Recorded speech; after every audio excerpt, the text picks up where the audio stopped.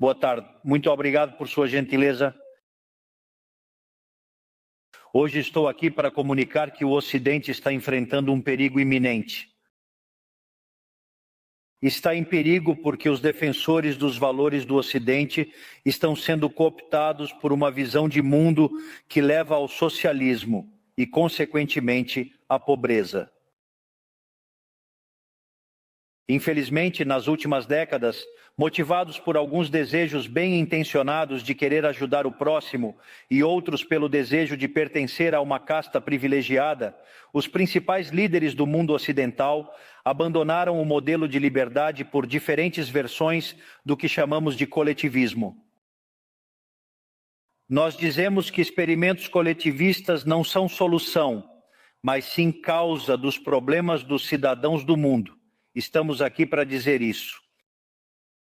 Acreditem em mim, ninguém melhor dos argentinos para dar testemunhos destas duas questões.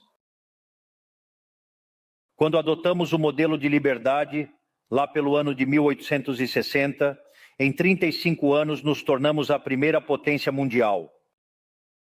Enquanto adotamos o coletivismo nos últimos 100 anos, testemunhamos a queda sistemática da riqueza de nossos cidadãos, chegando à posição 140 globalmente. Antes de discutirmos, é crucial analisar os dados que comprovam que o capitalismo de livre empresa é um sistema viável para erradicar a pobreza global e também é o único sistema moralmente preferível para alcançar esse objetivo. Ao analisarmos a história econômica, o PIB per capita mundial se manteve constante do ano zero até cerca de 1800, mostrando um progresso econômico estável ao longo desse período. Se alguém observar um gráfico do crescimento econômico ao longo da história, verá um gráfico em formato de taco de hóquei, uma função exponencial constante por 90% do tempo e que aumenta exponencialmente a partir do século XIX. A única exceção foi a descoberta da América no final do século XV. Exceto por essa exceção, de 0 a 1800, o PIB per capita global permaneceu estagnado nesse período de tempo. Agora bem, não apenas o capitalismo gerou uma explosão de riqueza desde o momento em que foi adotado como sistema econômico, mas se analisarmos os dados, o que se observa é que o crescimento vem acelerando ao longo de todo o período. De 0 a 1800, a taxa de crescimento do PIB per capita foi estável em torno de 0,02% ao ano, ou seja, praticamente não houve crescimento econômico. século XIX, heavy industrial, crescimento 0,66% a partir daí. A esse ritmo, para duplicar o produto interno bruto per capita, seriam necessários crescer durante 107 anos. Entre 1900 e 1950, a taxa de crescimento acelera para 1,66% ao ano, enquanto a taxa de crescimento acelera 1,36% ao ano. Já não precisamos de 107 anos para duplicar o PIB per capita, mas sim 66. Se considerarmos o período entre 1950 e o ano 2000, a taxa de crescimento foi de 2,1% ao ano, resultando em apenas 33 anos para duplicar o PIB per capita do mundo. Essa tendência, longe de cessar, persiste até hoje. Entre 2000 e 2023, a taxa de crescimento acelerou novamente em 3% ao ano, o que implica em uma possível duplicação do PIB per capita global em apenas 23 anos. Ao estudar o PIB per capita desde 1800, observa-se que após a Revolução Industrial, o PIB per capita mundial se multiplicou mais de 15 vezes, retirando 90% da população mundial da pobreza e gerando uma explosão de riqueza significativa. Não devemos esquecer nunca que em 1800, cerca de 95% da população mundial vivia na extrema pobreza, enquanto esse número caiu para 5% em 2020, antes da pandemia. A conclusão é clara. Longe de ser a causa dos nossos problemas, o capitalismo de livre empresa como sistema econômico é a única ferramenta para acabar com a fome, a pobreza e a indigência globalmente. A evidência empírica é inquestionável. Por isso, como não há dúvida de que o capitalismo de livre mercado é superior em termos produtivos, a doxa de esquerda tem atacado o capitalismo por suas questões de moralidade, por ser, segundo eles, injusto. Dizem que o capitalismo é ruim porque é individualista e que o coletivismo é bom porque é altruísta com o próximo e, consequentemente, lutam pela justiça social.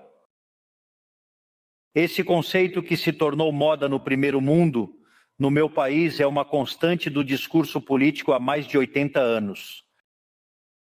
A justiça social não é justa e não contribui para o bem-estar da sociedade. Ao contrário, é uma ideia injusta, pois é violenta.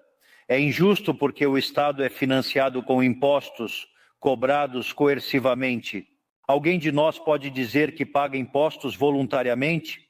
O que significa que o Estado se financia através da coerção e que quanto maior a carga tributária, maior é a coerção, menor é a liberdade. Defensores da justiça social acreditam em distribuir a economia de forma mais equitativa para promover a justiça social. Mas esse bolo não é dado, é riqueza gerada no que, por exemplo, Israel Kirchner chama de descoberta de mercado.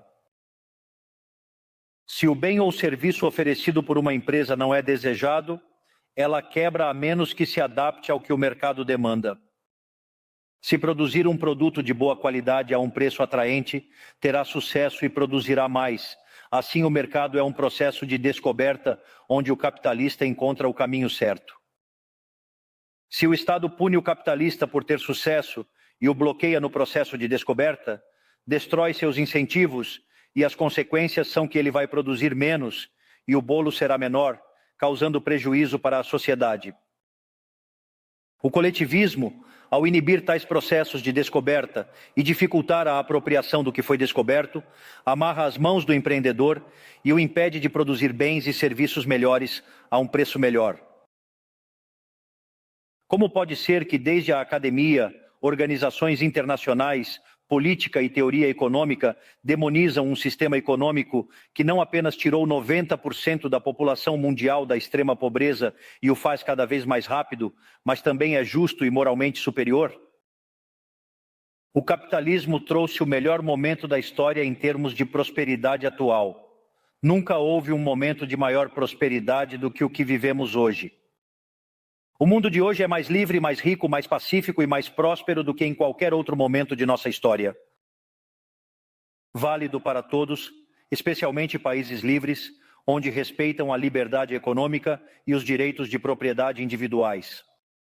Países livres são 12 vezes mais ricos que os reprimidos. A distribuição dos países livres é melhor que 90% da população dos países reprimidos. Tem 25 vezes menos pobres no formato padrão e 50 vezes menos no formato extremo. E, além disso, cidadãos de países livres vivem 25% a mais que cidadãos de países reprimidos. Agora, para entender o que viemos defender, é importante definir o que estamos falando quando falamos de libertarianismo. Para defini-lo, retomo as palavras do maior prócer das ideias de liberdade da Argentina, o professor Alberto Venegas Lynch, filho, que diz que o libertarianismo é o respeito irrestrito ao projeto de vida do próximo, baseado no princípio de não agressão e na defesa do direito à vida, à liberdade e à propriedade, cujas instituições fundamentais são a propriedade privada, os mercados livres de intervenção estatal, a livre concorrência, a divisão do trabalho e a cooperação social, onde só se pode ser bem-sucedido servindo ao próximo com bens de melhor qualidade a um preço melhor. Dito de outra maneira, o capitalista, o empresário bem-sucedido, é um benfeitor social que, longe de se apropriar da riqueza alheia, contribui para o bem-estar geral. Em suma, um empresário bem-sucedido é um herói. Este é o modelo que estamos propondo para a Argentina do futuro. Um modelo baseado nos princípios fundamentais do libertarianismo, a defesa da vida, da liberdade e da propriedade. Agora, se o capitalismo de livre mercado e a liberdade econômica têm sido ferramentas extraordinárias para acabar com a pobreza no mundo e estamos vivendo hoje o melhor momento da história da humanidade, vale a pena perguntar por que digo então que o Ocidente está em perigo. Digo que o Ocidente está em perigo porque nos países onde deveríamos defender os valores do livre mercado, da propriedade privada e das demais instituições do libertarianismo, setores do establishment político e econômico estão minando os fundamentos do libertarianismo, abrindo as portas para o socialismo e nos condenando à pobreza, à miséria e à estagnação. O socialismo é sempre um fenômeno empobrecedor, falhando em todos os países onde foi tentado. Foi um fracasso econômico, foi um fracasso social, foi um fracasso cultural e também matou mais de 100 milhões de seres humanos. O problema do Ocidente hoje é enfrentar os defensores do socialismo empobrecedor, mesmo após a queda do muro e a evidência empírica esmagadora, além de nossos próprios líderes, pensadores e acadêmicos que, baseados em uma teoria equivocada, minam os fundamentos do sistema que trouxe a maior expansão de riqueza e prosperidade em nossa história. O referencial teórico que menciono é o da teoria econômica neoclássica, que acaba sendo funcional na intromissão do Estado, do socialismo e da degradação da sociedade. O problema dos neoclássicos é que, como o modelo do qual eles se apaixonaram não mapeia para a realidade, eles atribuem o erro à suposta falha de mercado, em vez de revisar as premissas de seu modelo. Sobre o texto de uma suposta falha de mercado, são introduzidas regulamentações que geram distorções no sistema de preços, impedindo o cálculo econômico e a poupança, o investimento e o crescimento. Este problema reside essencialmente no fato de que nem mesmo os economistas supostamente libertários compreendem o que é o mercado, pois se fosse compreendido, seria rapidamente visto que é impossível que exista algo como uma falha de mercado. O mercado não é apenas uma representação gráfica de oferta e demanda no gráfico.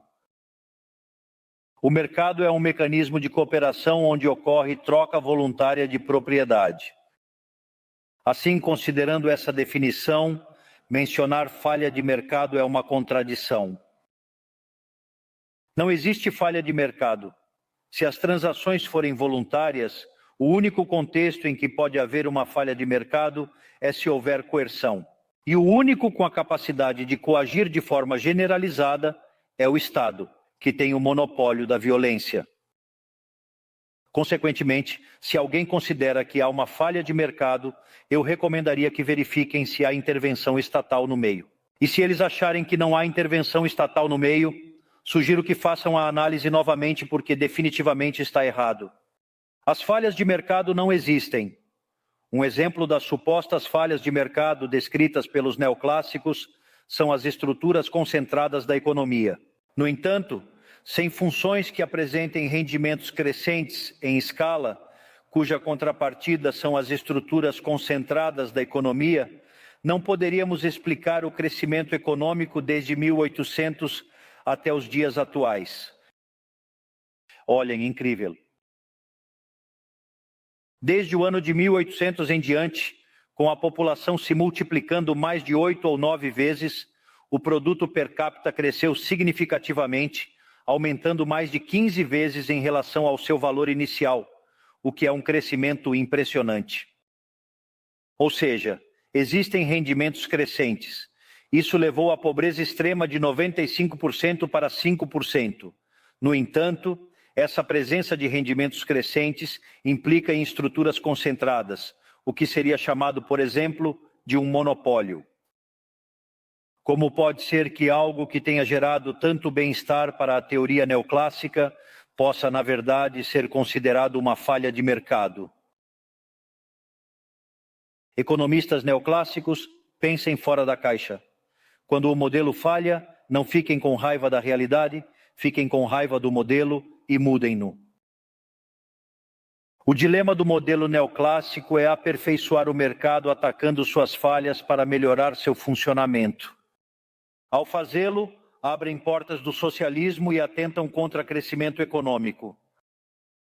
Exemplo: regular monopólios, destruir seus lucros e destruir os retornos crescentes, automaticamente destruiria o crescimento econômico. Ao corrigir falhas de mercado por desconhecimento ou apego a modelos falidos, abrem-se portas ao socialismo e condena-se à pobreza. Cuidado ao corrigir supostas falhas sem entender o mercado, pois isso também pode levar à pobreza. No entanto, considerando a teoria de que a intervenção estatal é prejudicial e sua evidência empírica de fracasso inevitável, a solução coletivista propõe maior regulamentação, não liberdade. Isso leva a uma espiral de regulamentações, resultando em empobrecimento geral e dependência de um burocrata em escritório luxuoso para a vida de todos nós. Após o fracasso dos modelos coletivistas e os avanços do mundo livre, os socialistas foram forçados a mudar sua agenda. Deixaram a luta de classes baseada no sistema econômico por outros conflitos sociais prejudiciais para a vida em comunidade e para o crescimento econômico. A primeira dessas novas batalhas foi a luta ridícula e antinatural entre o homem e a mulher. O libertarianismo já estabelece a igualdade entre os sexos. A base do nosso credo diz que todos os homens são criados iguais, que todos têm os mesmos direitos inalienáveis concedidos pelo Criador, incluindo vida, liberdade e propriedade. Devo apenas a esta agenda do feminismo radical uma maior intervenção do Estado para atrapalhar o processo econômico e dar emprego a burocratas que não contribuíram para a sociedade, como ministérios da mulher ou organismos internacionais que promovem essa agenda. Outro dos conflitos que os socialistas levantam é o do homem contra a natureza. Sustentam que os seres humanos danificamos o planeta e que ele deve ser protegido a todo custo, inclusive defendendo mecanismos de controle populacional ou a agenda sangrenta do aborto. Infelizmente, essas ideias nocivas têm permeado fortemente nossa sociedade. Neomarxistas cooptaram o senso comum do Ocidente através da apropriação de mídia, cultura, universidades e organizações internacionais, influenciando o pensamento e as instituições. O último caso é grave, pois envolve instituições com influência nas decisões políticas e econômicas dos países integrantes desses organismos multilaterais. Felizmente, somos cada vez mais os que nos atrevemos a levantar a voz, pois se não combatermos essas ideias, o destino será mais Estado, mais regulação, mais socialismo, mais pobreza, menos liberdade e, consequentemente, pior qualidade de vida. O Ocidente, infelizmente, já começou a percorrer este caminho. Eu sei que para muitos pode parecer ridículo afirmar que o Ocidente se voltou para o socialismo, mas isso só é ridículo na medida em que se restringe a definição econômica tradicional do socialismo, que estabelece que é um sistema econômico onde o Estado é o proprietário dos meios de produção. Esta definição deve ser, do meu ponto de vista, atualizada para as circunstâncias atuais. Hoje, os Estados não precisam controlar os meios de produção para controlar a vida dos indivíduos.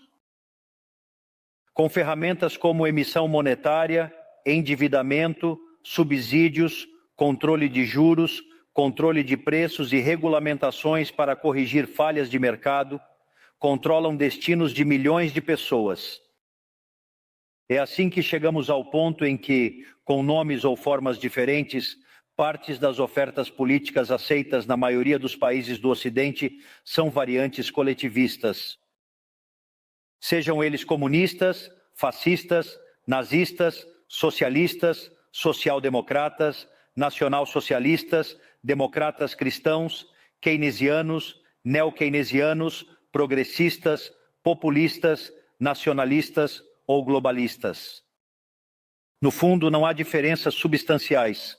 Todos afirmam que o Estado deve dirigir todos os aspectos da vida dos indivíduos.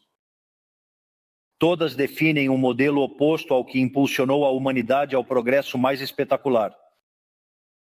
Viemos convidar países do Ocidente a retomarem a prosperidade, hoje é o dia para isso. Liberdade econômica, governo limitado e respeito à propriedade privada são essenciais para o crescimento econômico. O empobrecimento que o coletivismo produz não é fantasia nem fatalismo. É uma realidade que os argentinos conhecemos muito bem há pelo menos 100 anos. Já vivemos isso, já passamos por isso, desde que abandonamos o modelo de liberdade que nos tornou ricos. Estamos presos em uma espiral descendente, onde ficamos mais pobres a cada dia. Nós já vivemos isso e estamos aqui para alertá-los sobre as consequências se os países do Ocidente, enriquecidos com liberdade, persistirem nesse caminho de servidão. O caso argentino é a demonstração empírica de que não importa quão rico você seja, quantos recursos naturais você tenha, não importa quão capacitada esteja a população, nem quão educada seja, nem quantas barras de ouro haja nas arcas do Banco Central. Se houver medidas que dificultem o funcionamento dos mercados, a livre concorrência, os sistemas de preços livres e a propriedade privada, o comércio será afetado e a pobreza será o único destino possível. Portanto, para concluir, quero enviar uma mensagem a todos os empresários aqui presentes e aos que não estão, mas estão nos seguindo de todas as partes do planeta. Não se intimidem pela política nem pelos parasitas que vivem do sistema público. Não se entreguem a políticos que querem se perpetuar no poder e manter privilégios. Vocês são benfeitores sociais, vocês são heróis, vocês são os criadores do período de prosperidade mais extraordinário que já vivemos. Ninguém diga que a ambição é imoral. Se ganham dinheiro é porque oferecem produto melhor, preço melhor, contribuindo para bem-estar geral. O governo não avança, o governo não é a solução, o governo é o próprio problema. Vocês são os verdadeiros protagonistas desta história. Contem com a Argentina como aliado incondicional a partir de hoje. Muito obrigado e viva a liberdade, caralho!